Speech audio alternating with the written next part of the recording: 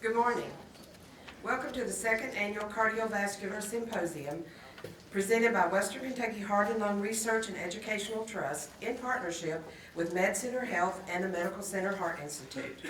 Today we have a full day of excellent speakers and panelists for your learning experience. And for your personal comfort, we have the WKHL ambassadors. If you'll notice those ladies behind you in teal, anything that you need, they're here to help you. Thank you, ladies, for all your hard work. As a matter of convenience, there are restrooms as you exit this room on your right, just past our registration and also just past the vendors. It is now my pleasure to introduce our President and CEO. Please welcome Dr. Mohammed Kazmuddin. Dr. Kazmuddin.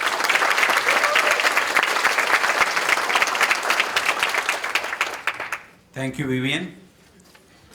Good morning, ladies and gentlemen. Western Kentucky Heart and Lung Research Foundation and Education Trust welcomes you to our second annual Cardiovascular Symposium 2016. It's our pleasure to have you all today. It's going to be an exciting day of learning. As you all know, cardiology is a very progressive field in terms of research, new innovation, and cutting-edge technology. We have an opportunity to learn all this today. Our speakers are a group of well-known international icons in the field of cardiology who were kind enough to accept our invitation to come to our town for this symposium. Please give them a round of applause.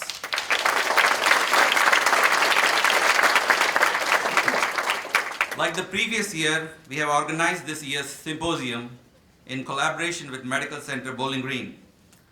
I would like to take this opportunity to thank Connie Smith, the President and the CEO of CHC, and her administration for their tremendous support. Dr. Dawson has been our chair for the symposium again for this year, along with our administrator Vivian Grice and her staff have done an outstanding job in organizing this event. I'm confident you'll agree with me by the end of the day. Thank you for all being here. Now I would ask Dr. Dawson to take over the podium.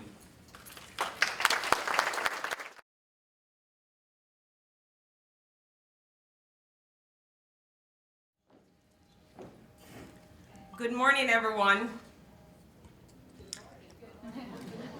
It is with great pleasure that I welcome you to our second Cardiovascular Symposium. The Western Kentucky Heart and Lung Research Foundation and Education Trust is honored to partner again with the Medical Center and the Medical Heart Institute. I hope that this symposium will be a great source of information to all who share in the interest in the care of the cardiac patient. The care of these patients require a multidisciplinary approach, and there are many areas in cardiology to be covered today. Hence, the symposium has 8 sessions, and our guest speakers will endeavor to provide a comprehensive program. Each session will have a moderator who will be introducing the guest speakers as well as the panelists to the stage. Questions will be taken from the audience and answered at the end of each session. If you have a question, please step up to the nearest microphone closest to you and ask your question. Miss Adina Husick, will be giving you the certificate of participation at the end of the day. Welcome, and I hope that everyone will benefit from the latest cardiovascular scientific updates and guidelines which will be discussed today to better serve our patients. Thank you. We'll start with session 1.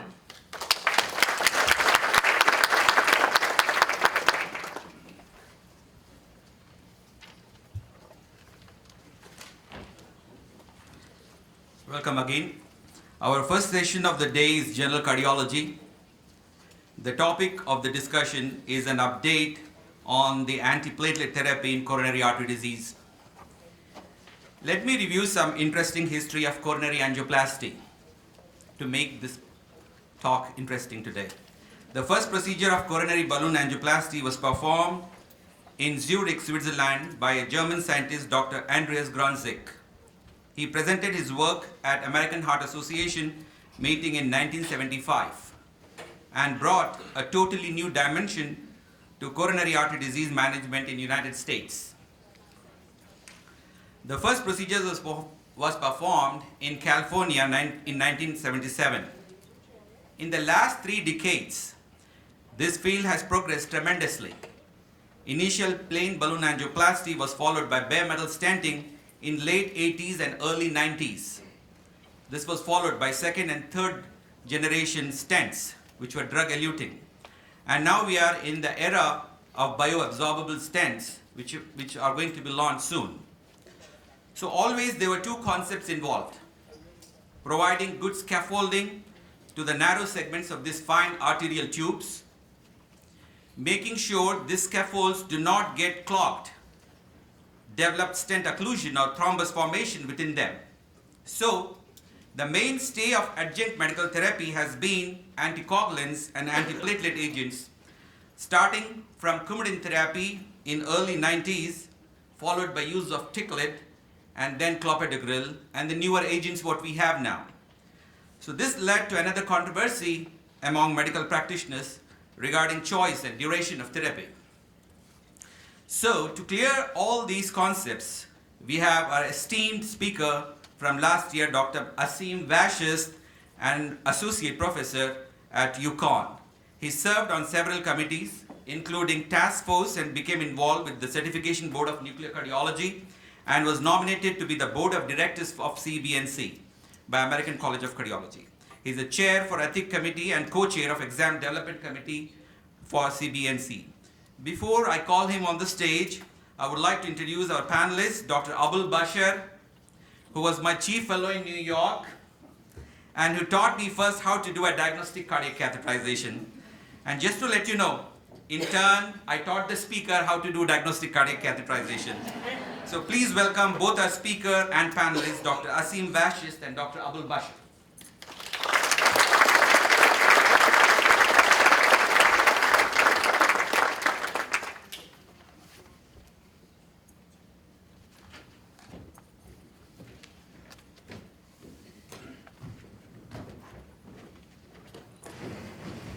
Good morning, everyone, and thank you, Dr. Kazimuddin, for that introduction. I think you basically covered all that I was going to talk about today.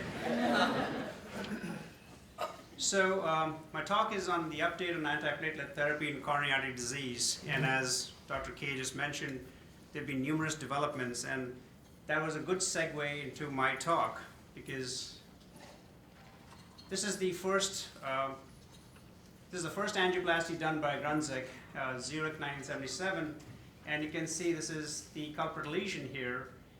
This is a balloon angioplasty result 10 years later and 23 years later follow-up, and you can see by any stretch that this is a very good result. But what I want to highlight here is the adjunct therapy at that time: IV heparin, dextran, and a gram of aspirin for 3 days. And from those days to today, there have been numerous changes in both the technique as well as the adjunct pharmacotherapy for these patients. So what's new in antiplatelet therapy? So there are newer stents, as Dr. K just alluded to, and there are newer designs and polymers. For those of us who remember doing Cypher stents, which was the first drug-eluting stent, we had a 140 micron stent thickness at that time to the newer stents, which are like 70 microns and 60 microns. There are newer polymers now, which are biocompatible, so the stent thrombosis risk has decreased over these years. There are newer drugs. So Dr. Kaz just mentioned about ticlopidine, then there was clopidogrel, Plavix, and now prasugrel and Ticagrelor, much more potent in terms of their antiplatelet action. And then there is newer data. So we have enough to discuss about in terms of what's changed in 2016 with what we do with these patients now. Just a brief review of the antiplatelets, because I hear in the audience we have residents and fellows. So both Plavix as well as prasugrel are a class of drugs called thienopyridines, whereas Ticagrelor is a different class of drug. It's called a CPTP inhibitor. Both Plavix as well as prasugrel are irreversible. Their binding to the platelets is irreversible when they attach to the platelets. the effect goes on till the lifespan of a platelet, which is about a week. Ticagrelor, on the other hand, has a reversible binding action to the platelets. Its action itself is not reversible, but the binding to the receptor is. And a popular misconception about prasugrel, that it's an active drug, is actually a prodrug. It requires one-step activation, whereas Plavix requires two-step activation. Ticagrelor, on the other hand, is an active drug. Its metabolite is also active, but the drug in its native form is an active drug itself. Plavix takes about 2 to 4 hours onset of action, whereas both prasugrel and ticagrelor have a much more rapid onset, and that works to our advantage in the cath lab when we have patients with ACS.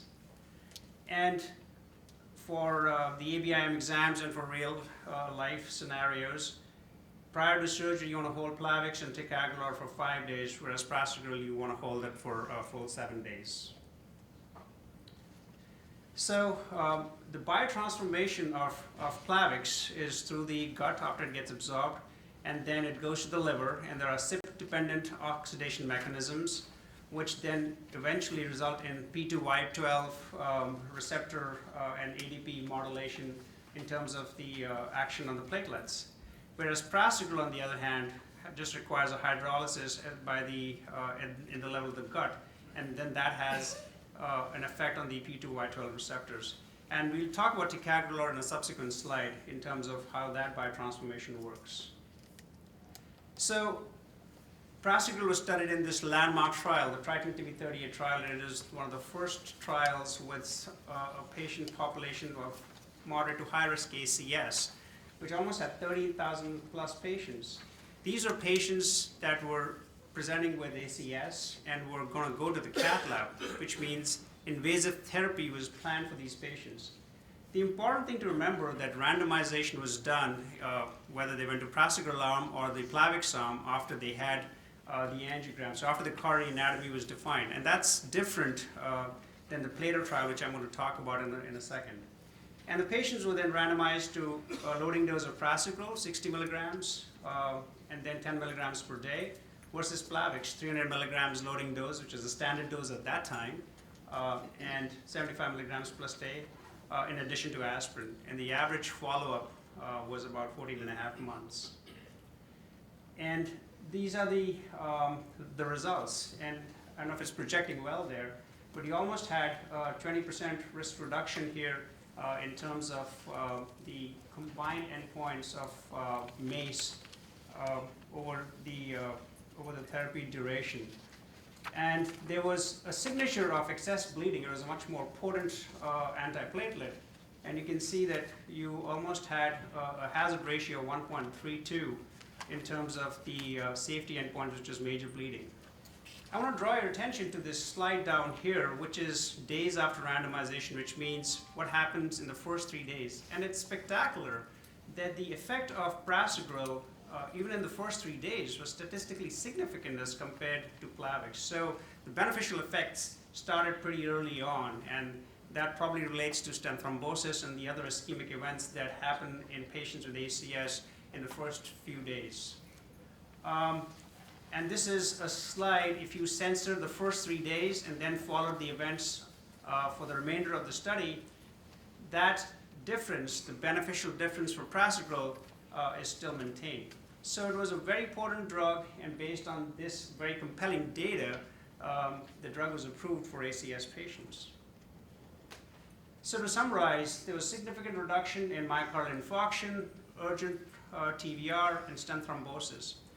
I do want to highlight another concept for the fellows in training, is the stent thrombosis rate. If you were to see the data for stent thrombosis from the stent trials, the numbers are usually less than 1%. And if you look at the newer stent data, they're actually in the order of 0.5%. We're getting a higher signature of stent thrombosis here because of the population that's being studied, and that is very critical when we take care of these patients. ACS is a different animal. It behaves differently than someone who just comes in for an elective catheterization. And if you look at the other trials, like the Plato trial, which we'll talk in a second, even in those, the stent thrombosis risk is a little higher. So 2.4 versus 1.1%. And I think that is an important thing to remember. And of course, we just saw this in the previous slide. There was an increased bleeding, both major, life-threatening, and fatal and non-fatal bleeding. There was a trend and significance in terms of the bleeding risk with prasugrel. Next comes the Ticagrelor. This is the newer class of drug. It's a mouthful, cyclopentyl triazopyrimidine, and I practiced this 25 times before coming today to be able to say that. It's a new chemical class. It binds directly at a different site than the ADP. So Plavix and prasugrel bind to the ADP site, whereas Ticagrelor doesn't do that. It actually binds, it's an allosteric antagonist. It binds to a different site, but it induces the receptor modulation in a way that it inhibits platelet aggregation. And it reversibly interacts with P2Y12. And this is another concept that requires some clarification. So the effect of the drug is not reversible. It's the binding with the receptor that's reversible. So think about it. The molecules in the blood, it goes, attaches to a platelet receptor, changes the modulation of the receptor itself, makes the platelet less aggregation, decreases the aggregation. Then the molecule comes off that platelet, goes to another platelet. So its binding to the platelet is reversible, but since it's hanging out in the blood, it's doing this to multiple platelets at different times. So that concept, while it's a smaller nuance, but I think it's an important thing to understand what that means. And we already talked about that. It's a direct acting drug. It's not a prodrug, and therefore does not really require metabolic activation. So it's the drug goes in, and this is active in itself. And as I was telling you, the hepatic metabolism does take place, and the metabolite itself is active as well. This is not the Plato trial. This is the onset-offset trial, which is in normal subjects. You gave them a loading dose of Ticagrelor, 180 milligrams, and 600 milligrams of Plavix, and a placebo. And within the first half an hour, you can see that there is, on the yellow graph here, this is Ticagrelor, you can see that there's already 40+% inhibition of platelet aggregation, whereas with Plavix, you're less than 20% here.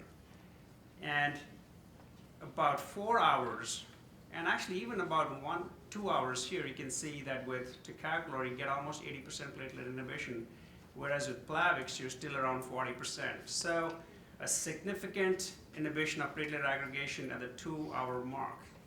That is very important for us who are in the cath lab dealing with patients with ACS or even elective angioplasties, where you're giving Angiomax, the half-life of which is about 25 minutes. So by the time the 2-hour mark is coming around, where the effect of the Angiomax is wearing out, you're getting significant amount of platelet inhibition. And this effect over the next 24 hours persists. And at its peak effect in Plavix, it's about 60% inhibition. I do want to caution you here that the inhibition of platelet aggregation is a test. It doesn't necessarily translate into clinical events, but be as that may, that's the only thing that we have to assess in terms of how potent a drug is.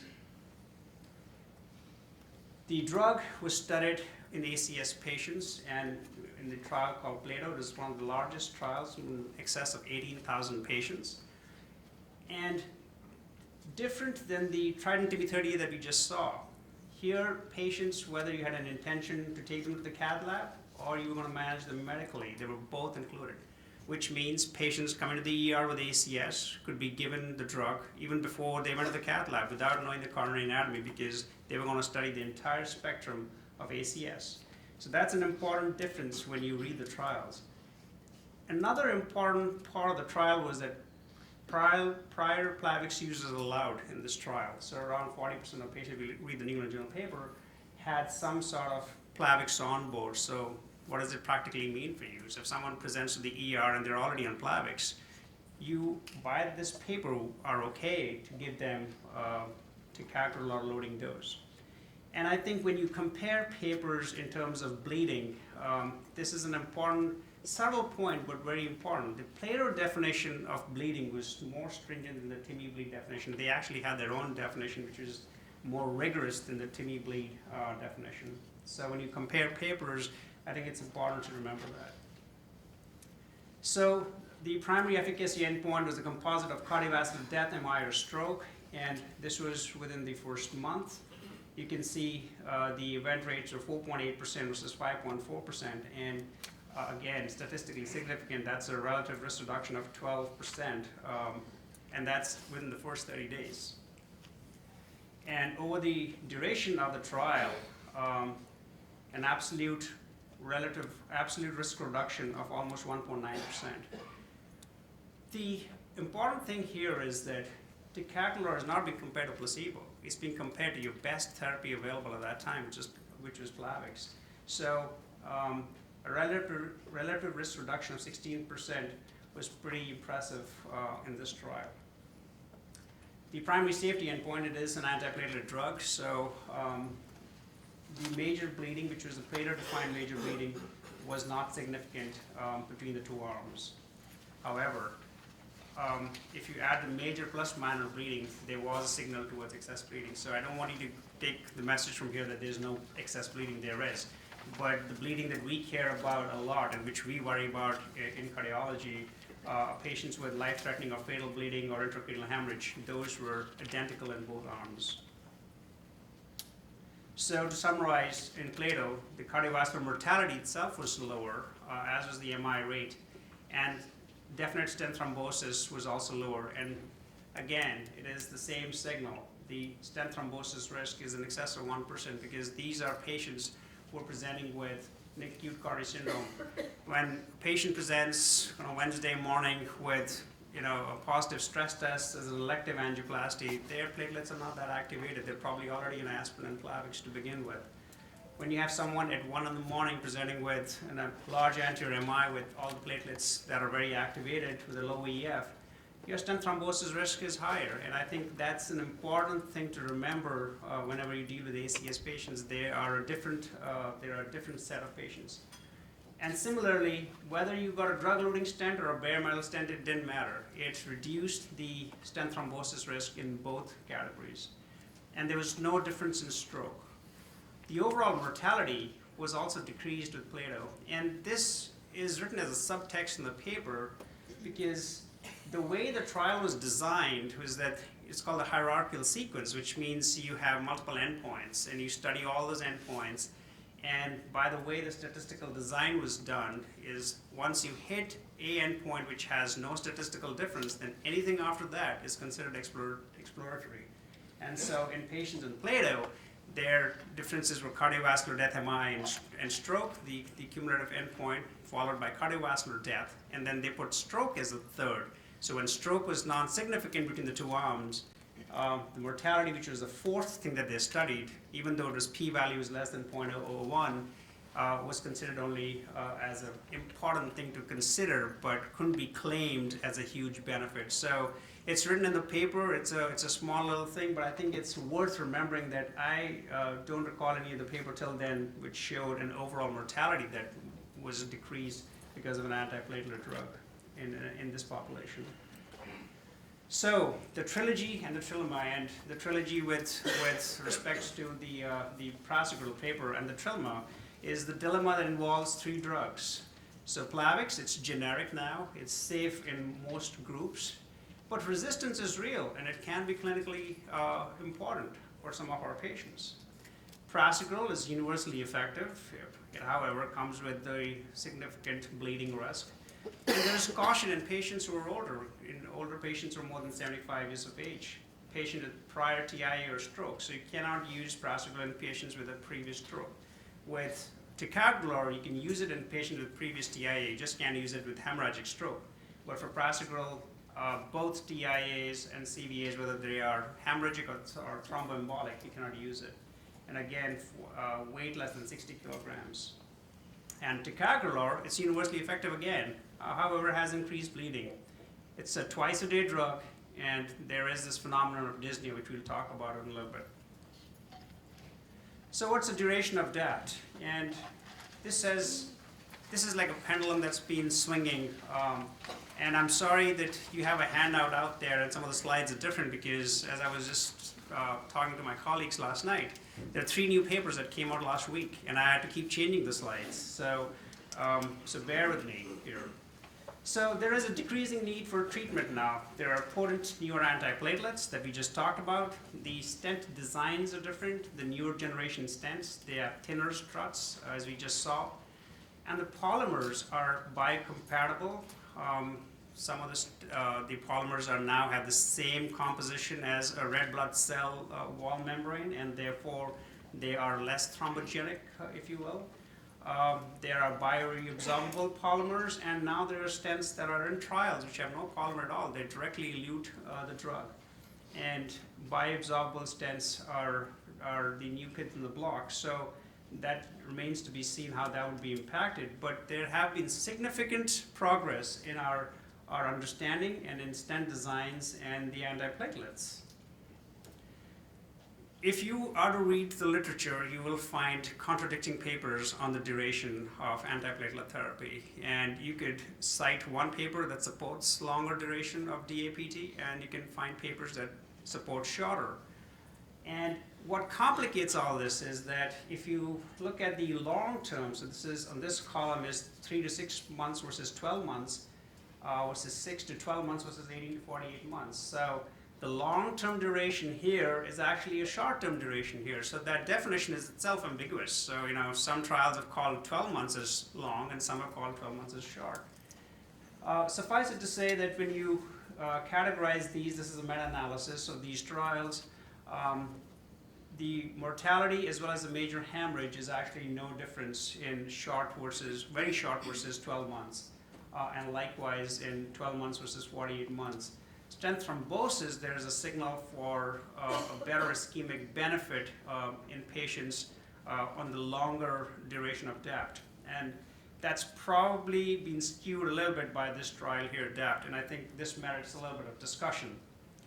So the DAPT study was patients who underwent drug-eluting stents, and if they were then put on dual antiplatelet therapy, which was Plavix and Prasugrel, and they were, after 12 months, they were then randomized whether they should be continued with the thienopyridine plus aspirin or aspirin alone. So they automatically selected patients out who didn't bleed for the first 12 months. So they got a drug-eluting stent, they were on dual antiplatelet therapy. At the end of 12 months, if they did well and no bleeding or no other complication or no contraindications, then they said, okay, we'll now study you and see if you could be on this arm or the aspirin alone arm.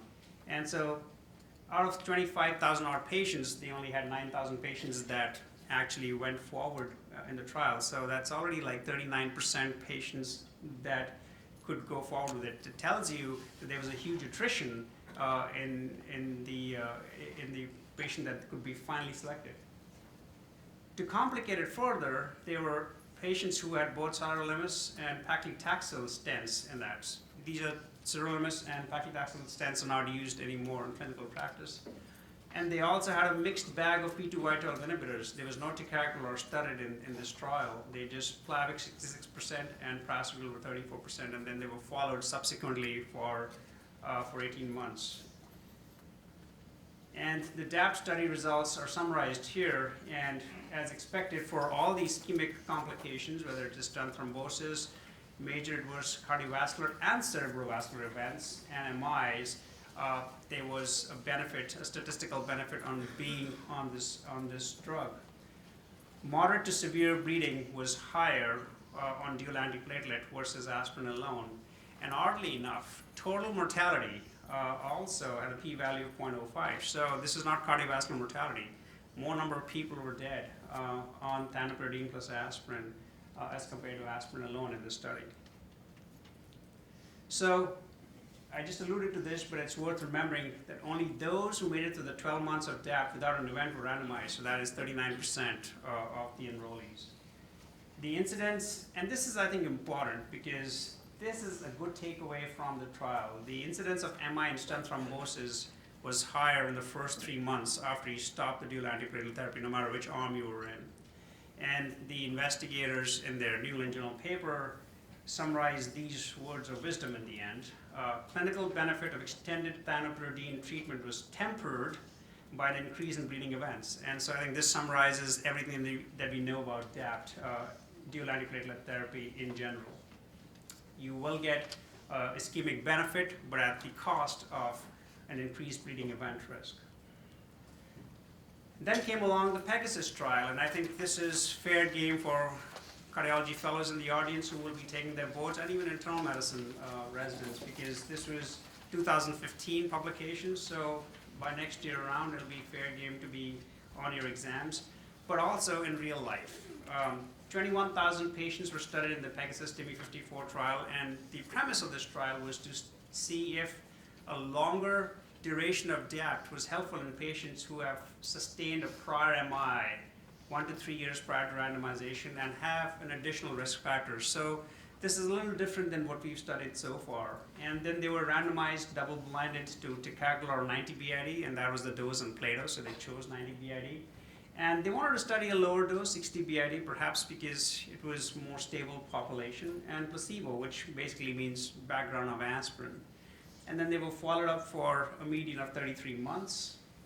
And I don't know how it's projecting there, but placebo was 9% combined endpoints versus Ticagrelor, which is 7.8%. And for 60 milligram dose, that was almost a reduction of 16% in terms of these events. Oddly enough, 90 milligrams and 60 milligram dose both had similar reduction, but because 60 milligrams had a lower adverse event rate, the FDA approved the 60 milligram dose. So that's why now you have 2 doses for Ticagrelor 90 BID for the ACS dose, and subsequent, after 1 year, you put them on 60 milligram BID dose, and that's based on this trial. The bleeding risk, again, it's the same theory, that it's the same thing that repeats again. There's a recurrent theme. In the red graph here is 90 milligrams Ticagrelor, and the blue graph here is 60 milligrams Ticagrelor, and both, when compared to aspirin, were significantly higher TIMI major bleeding. Similarly for TIMI minor bleeding as well, both 60 and 90 had a higher bleeding. Fortunately for us, intracranial bleeding, fatal bleeding, or a combination was not significant between the 2 arms. So to summarize, prolonged DAPT reduces ischemic events at a cost of bleeding, and dyspnea at 60 milligram dose was also still present. And I want to dwell a little bit on this because every time I give a talk on platelets, the question of dyspnea always comes. And it was not a trivial issue. It was 16% of the patients had dyspnea, and that in some patients it's a higher, it's more bothersome than others, but nevertheless, when studied objectively, it was 16% versus 6.4%, which is statistically significant in this trial. It was usually mild to moderate in intensity. It didn't really require any other action to be taken except for reassurance, and if you've done a good physical exam, and if you can temporarily relate it to the dose, then all that was required was an assurance to these patients. But it did result in discontinuation of up to 4.6% in this trial, so, which was significant. So I don't want to downplay this. I think this is a real phenomenon. And if you'd asked me last week or 2 weeks back, what is the reason that these patients get dyspneic, the real answer is no one really knows. But the postulated mechanism is that there is a higher endogenous adenosine availability in these patients.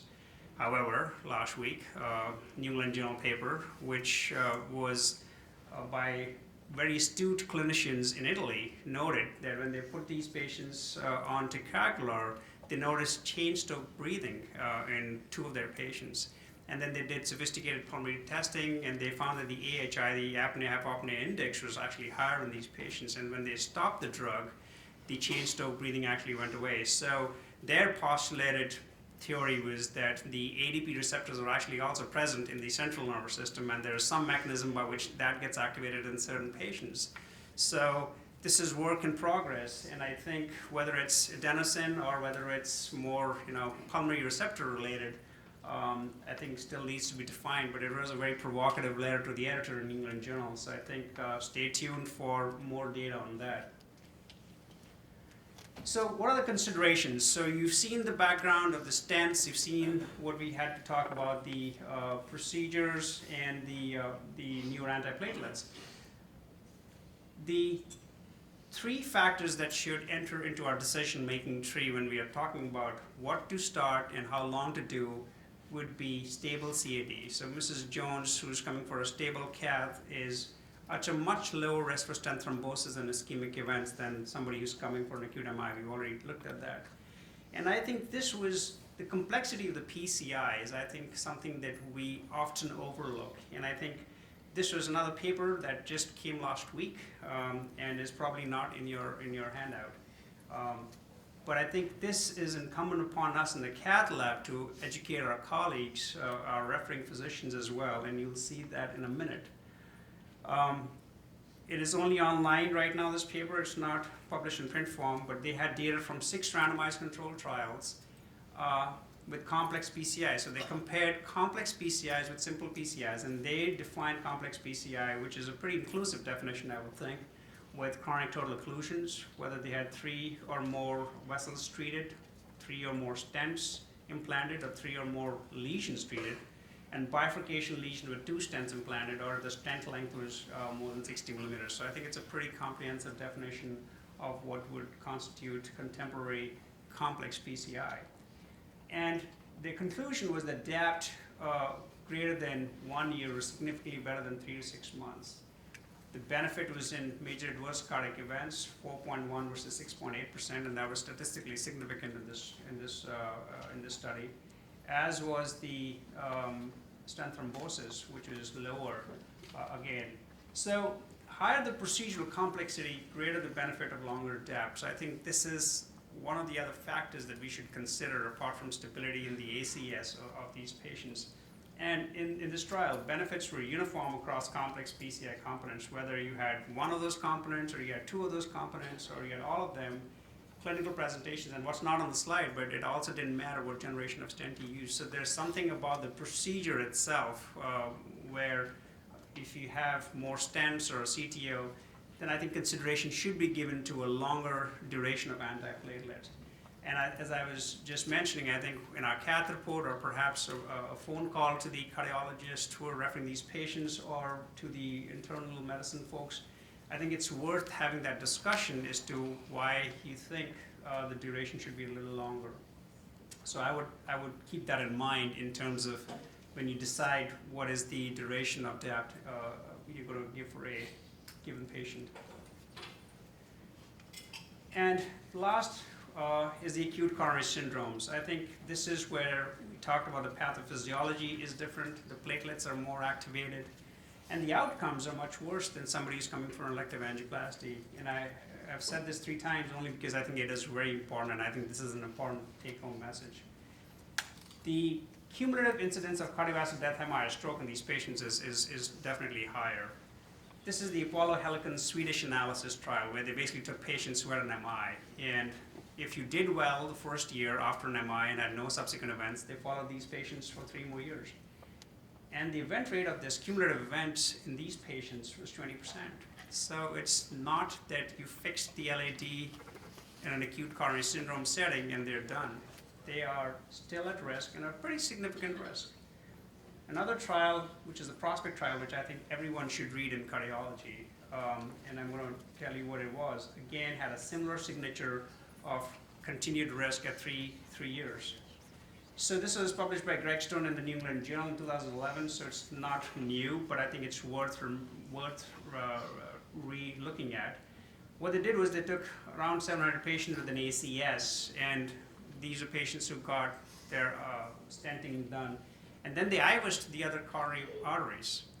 And then they followed them for an event rate, and we already looked at that. The cumulative event rate is 20.4%. The culprit lesion-related events were 12.9% over these 3 years. So they've stented the LAD, let's say, and 12.9% of the patients might have culprit lesion-related events. Striking, however, is the fact that the non-culprit related events was also 11.6%. So that underscores that patients who have one vulnerable plaque that resulted in an ACS also have other vulnerable plaques. It's not like their LAD is the only one that needed to be fixed. So the concept that somebody is a vulnerable plaque or multiple vulnerable plaques is actually a vulnerable patient, and I think that is an important thing to keep in the back of your mind. And this is the reason why we want to have a longer dual antiplatelet therapy in these patients, because you're not only preventing events related to this, you want to prevent events related to the other vulnerable plaques as well. So therefore, As you will see in the newer guidelines, the duration of antiplatelet therapy is actually extended for that reason. I put this up because, for completion's sake, in the Charisma trial, which is an older trial, and these are only the MI patients in these trials, the DAPT, which is obviously post hoc of the RCT, and we've already looked at the Pegasus. And there are multiple time frames that they've been studied across, and this one was Plavix versus placebo, this one was Plavix and Prasugrel versus placebo, and this was Ticagrelor. And we already looked at the stent thrombosis signature in this in the DAPT trial, which showed that it was beneficial. But if you look at the efficacy in post-MI patients, there's another paper that got published last week, where the Charisma MI cohort, so if you just took the patients who had an MI, and you can see continued P2Y12 antagonist action here was statistically significant, 8.3 versus 6.6. Similarly, in the DAPT MI cohort here, you can see that there was statistical significant, actually a hazard ratio of 0.56. If you look at the Pegasus, which we've already talked about, you can see the, again, everything is on the left of the line of unity. If you looked at the pooled renal dysfunction patients in Pegasus as well, you can see that there is a benefit with continued P2Y12 therapy. Similarly with PAD, there was a benefit, except that it didn't really cross the line of unity, but there was a signature that it might be helpful in these patients as well.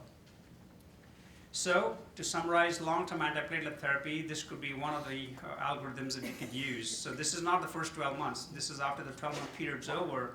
If someone's a high bleeding risk, I think it's fair to just put them on aspirin. You take the higher ischemic risk, but you have to temper it down because these patients are a higher bleeding risk. Someone who's a lower bleeding risk but has a high risk for ischemic events, you have a variety of choices. If they were on Prasugrel and they are not a high bleeding risk, but they're high ischemic risk, I think you can continue them on aspirin Prasugrel based on the DAPT trial that we looked at. If they're on Ticagrelor, then aspirin plus Ticagrelor can be continued, especially if the patients have renal dysfunction or PAD, because that was the Pegasus trial that we looked at. And again, there are patients who might not be candidates for either of these two drugs, and then you could consider Plavix, whether it's cost or availability or personal preference of the patient. So I think the choices are wide, and we do have data for each of these.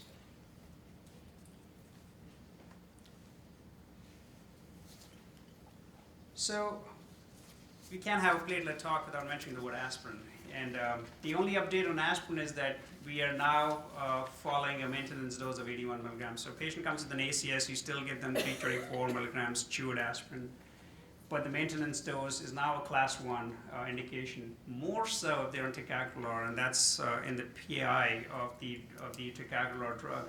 The higher dose of aspirin actually diminishes its efficacy. But even if you were not on Ticagrelor, a lower maintenance dose of aspirin is now a class 1 recommendation by the guidelines. These are the DAPTs in patients with CAD. And if you just heard what I just said about the ACS, it's very simple to understand this complex graph. This is the ACS population. We already said the ACS population should be on a longer DAPT. So everyone here gets 12 months unless there's a contraindication, plain and simple. The choices are what are varied, and we've already gone through this. So if you are going to put somebody on medical therapy, remember, Plato studied patients on invasive as well as medical therapy. So your choices could be Ticagrelor and Plavix if you're in medical therapy arm. If you got stented, whether bare metal stent or drug-eluting stent, you have all three that you could use. Plavix, you could use Prasugrel or Ticagrelor. I do want to mention here the newer guidelines do give it a class 2A indication to preferably use Prasugrel and Ticagrelor in these patients just because of the superiority that we already saw. Analytics, there is no data for Prasugrel and Ticagrelor. Both Trident TB38 and Pegasus trials actually excluded patients on lytics, so you're basically left with Plavix. So very simple to remember if the concepts are clear about the duration. Everyone gets 12 months unless it's contraindicated, and we already discussed. I purposely gave you the trials first so that we could choose and remember which of the drugs can be used in these settings. And if they're not at high risk for bleeding, but high risk otherwise, then it's a class 2B indication to continue it longer than 1 year, and that's based on the Pegasus trial that we looked at. Now, if you're a stable patient and you get a bare metal stent, then class 1 indication is to just put you on Plavix. So remember, both Ticagrelor and Prasugrel are only studied for ACS patients. They're not for stable patients. So your stable patients are all going to be Plavix. So if you get bare metal stent, 1 month of Plavix, longer if you, it's a class 2B here, longer if you have other reasons like procedure complexity and everything else.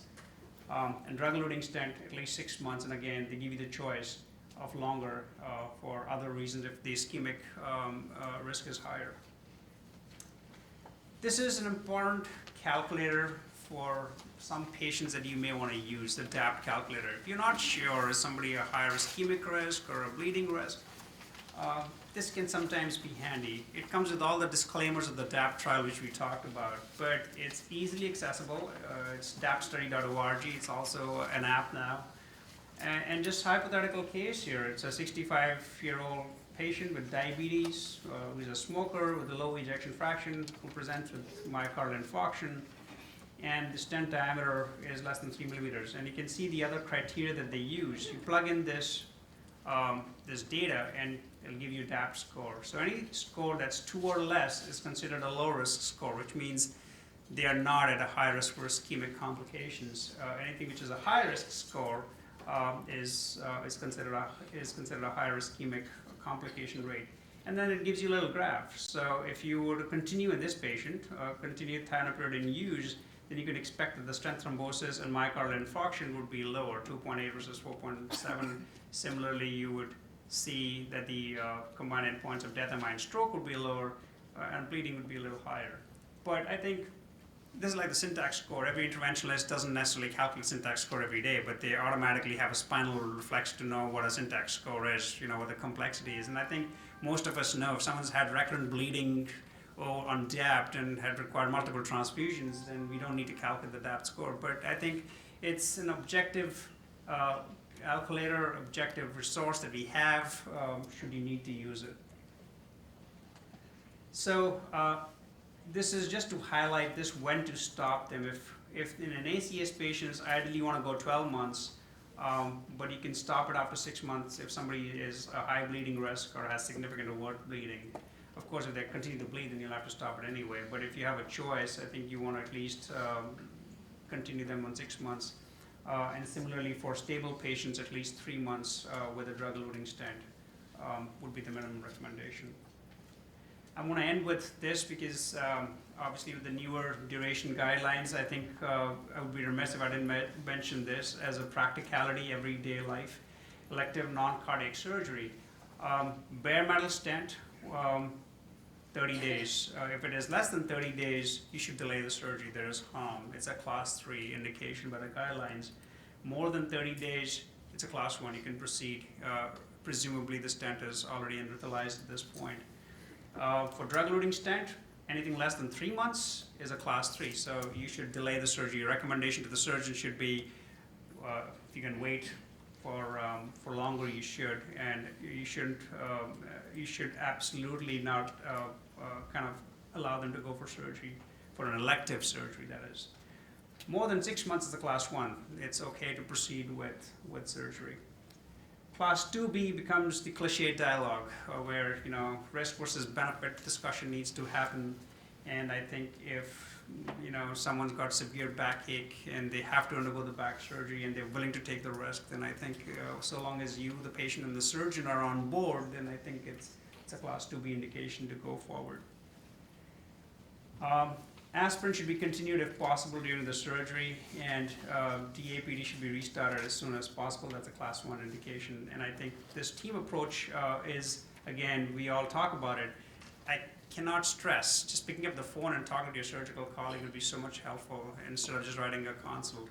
I think if you were to tell the surgeon what you're concerned about and where you think it should go, I have rarely encountered a problem where that didn't resolve something. So I think this is an absolute necessity, especially in someone who is a higher ischemic risk. Let's say they're a complex PCI or they have other considerations. And this is my last slide, and I see that most of you are still awake, so that's good. So ischemic events versus bleeding risk is the tipping point. I would say if your bleeding risk is 2% or less over 2 years, then you're a low bleeding risk. And if you are a patient that is a higher ischemic complication potential risk, then maybe you want to continue the dual antiplatelet therapy. We talked about this. Prasugrel and Ticagrelor are superior to Plavix and ACS. And prolonging depth prevents ischemic events, but there is no magic bullet. All therapies with ischemic benefits come with a bleeding cost. I think the take-home point with ACS is different. In stable patients, I think we can go a little less in terms of the duration of depth. So with that, I end, and be happy to take any questions. Great talk. Thank you so much. I have 2 questions to ask you. One is, I just want to tell you how important it is to see patients coming back to you with use of Ticagrelor and complaints of shortness of breath. I have seen it, and you said 16% of the patients do develop that symptom. So the question is, reassuring them is just enough, or changing to a different medication, which I have done practically totally to a different medication? Yeah, it's a great question, and I think your point's well taken. There are patients who perceive this as a real significant comorbidity in their lives, where they are very plagued by it and will come and say, I need to get off this medication. Most of the times when you start this medication in the hospital, you'll actually hear it even before they're discharged. They'll tell you that and their usual description is that they have a little catch in their breath. You know, they take it, and it's not like they're continuously dyspneic, but it's bothersome enough that they've just gone through an event and now they're super sensitized to it. 16% was in Pegasus. It was higher in Plato, where there was a higher dose in 90 BID. And in Plato, they did have a subsection of patients who underwent PFTs at baseline that they knew, and they followed up the PFTs in 6 months, and they found no difference. So they kind of chalked it out that there was no structural or anatomical or physiological changes that happened. And if they're not in heart failure or pulmonary edema or anything else, and if their intensities are mild to moderate, then reassurance usually works. For me, I've actually had experience with both sides. It's mild to moderate, and I tell them what the benefit of the drug is, and I tell them it usually goes away. That's usually what happens. They see it and they feel it more often, whether they get used to it or it really just goes away, it becomes attenuated. I don't know. But certainly this New England Journal letter to the editor was actually very provocative, where there are patients, I think, who are going to be plagued by it. I have had patients who have told me that they will take the high risk of not being on Ticagrelor because they just can't go forward with it. And then I think it's perfectly fair to switch them to an analogous antiplatelet therapy.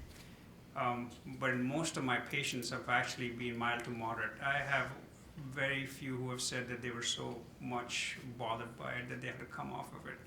And I think we do play an important role in sitting down with them and warning. I actually warn them ahead of time that, look, some patients do get it, and so you may get it, and we'll keep an eye on things. But I included that only because it is an important thing which you raise, and I think that needs to be addressed. Quick second question is role of Ticagrelor beyond 1 year, 60 milligrams dosing. So that was the Pegasus trial, and in patients, I think, who have higher ischemic risk, let's say, proximal LADU stented and have other, you think the ischemic risk is really higher, and they're not really a bleeding risk, I think I would continue it for a little longer. As I was saying, patients who have a vulnerable plaque declared themselves, so to speak, that there needs to be continuous attenuation of their platelets. I think the higher the risk, the more the benefit, and that's the way I would choose or select these patients. The trial said 1 to 3 years, and the way I practically interpret that is that, let's say, based on the trial, if somebody's been doing well for 2 years and shows up, I think it's a little hard sell to say, hey, you've been doing well for 2 years, you've not had an event, now I'm going to start using Ticagrelor because of this trial.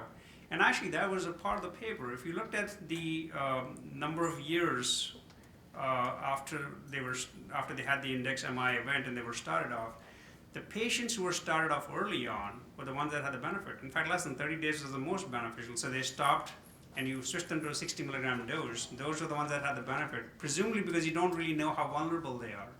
On the other hand, somebody who's gone 5 years or 3 years kind of has been stabilized with statin. I think the benefit, even in the Pegasus trial, was lower. So I think you have to temper it. I mean, there's data and there are guidelines, but they're not the penal code. I think you have to, temper it with the clinical profile. Again, I have one more question. It's an excellent talk. Thanks for the thing. I have one question. It's a practical question. Patient with aspirin allergy, which I have seen. What do you do? What's your recommendation? So I have had 2 patients with aspirin allergy, and in the last 1 year, we've got them desensitized. And it is actually not as much of a big deal as it looks. I mean, we have allergy immunologists in our place who can do it. It's a rapid desensitization over 24 hours, and then they have to be on it. If you are now stuck with someone who cannot be desensitized or you don't have that, then I think there is no real data to support anything that you're going to do. And I think one of the newer drugs, perhaps, is what you're going to be stuck with. I don't know if there's a right answer for what you can do. I think you're basically going to be going by your clinical judgment there. But explore the option of desensitization, because I think dual antiplatelets is a lot better. I do know of people who have done it on single, more potent antiplatelets now, and especially if it's an elective procedure, I think you can probably get away with it. The next question is on patients who need anticoagulation with Coumadin or any other newer anticoagulants. Yeah, so What I is it? think again, the data is very limited. The WEST trial, WEST, was one of the trials that looked at the bleeding risk, and there was strikingly difference in patients who were in triple therapy versus only in 2 therapies. I think practicality of situation would be that you could put them, if someone's really low bleeding risk, they can be on low dose aspirin and Plavix and Coumadin with lower INRs. But I think what most people would do, given our clinical profile of most of our patients, would be to just give them Plavix and Coumadin, is to drop the aspirin. I think we, in the cath lab and in cardiology, are more worried about ischemia risks, whereas the real life, it's the bleeding risk that really is important and actually determines the ultimate outcome of these patients. I think transfusions are not without issues. I think that has been studied. So I would personally do Plavix and Coumadin in those patients. Thank you. Thank you, Singh. Great job.